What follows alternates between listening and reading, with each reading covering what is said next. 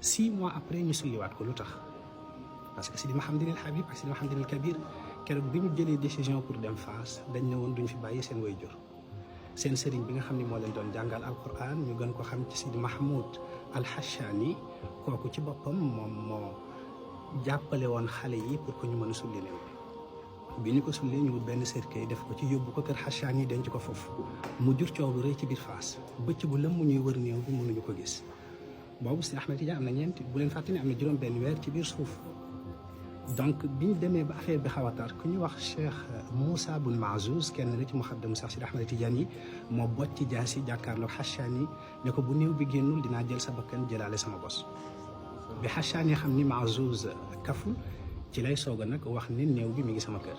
ñu ànd daal di génnee koor bi tàkkusaan ñu war ko tegaat fii pour julleewaat ko suul ko ci la Sidi Mouhamadinil Ghali jógee Madinatul Munawwara ngir ñëw jaale si njabootu Cheikh Sidi Ahmed Tidiane far yam ci ñu war ko julleewaat mais mbokk yi li gën a yéeme foofu mooy Sidi Ahmed Tidiane keroog bi ko doomam yi sullee bañ war ko suulaat dañu gis ne càngaay li ñu ko sàngee woon dafa manqué ba li côté ci côté mbagg mi dafa doon feeñ jàpp fii ci loos bi gis nañ ni itam bi ñu koy suul mi ngi amoon 80 ans karaw gi dafa weexoon tàll ci biir jaww waaye bés boobu bi ñu ko sullee dañu gis ne karaw gi dafa ñëwlaat ko loolu xew na ci place bi nga xamante ni mooy Fass ci biir zawiya bi ginnaaw gi Sidi Mouhamadinil Ghali julleewaat ko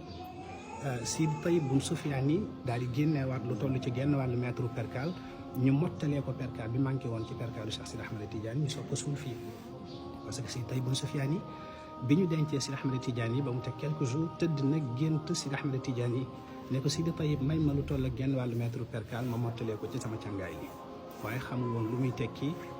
ba bis bi nga xamante ni sulli nañu néew bi war koo dencaat ci lay soog a gis ne loolu moo nekkoon gént bi donc loolu mi ngi xewee fii Sidi Mahamadul Habib Sidi Mahamadinil Kabir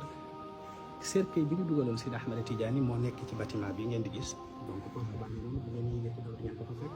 am na itam ay kutub yoo xamante ni ay téeréem la moom Sidi Ahmed Tidiane moo ko moomoon bi mu njëkkee ñëw Fass ba ci kannaas yi nga xamante ni moom la daan jàngee fii bu ngeen fa àggee di ngeen ko fekk ci biir ak yenn ci ay matériel am xam naa du ñàkk ci kanam tuuti suñu jullee jumaa ba pare dinañu fa ànd ak yéen ngeen mën ko visiter salaamaaleykum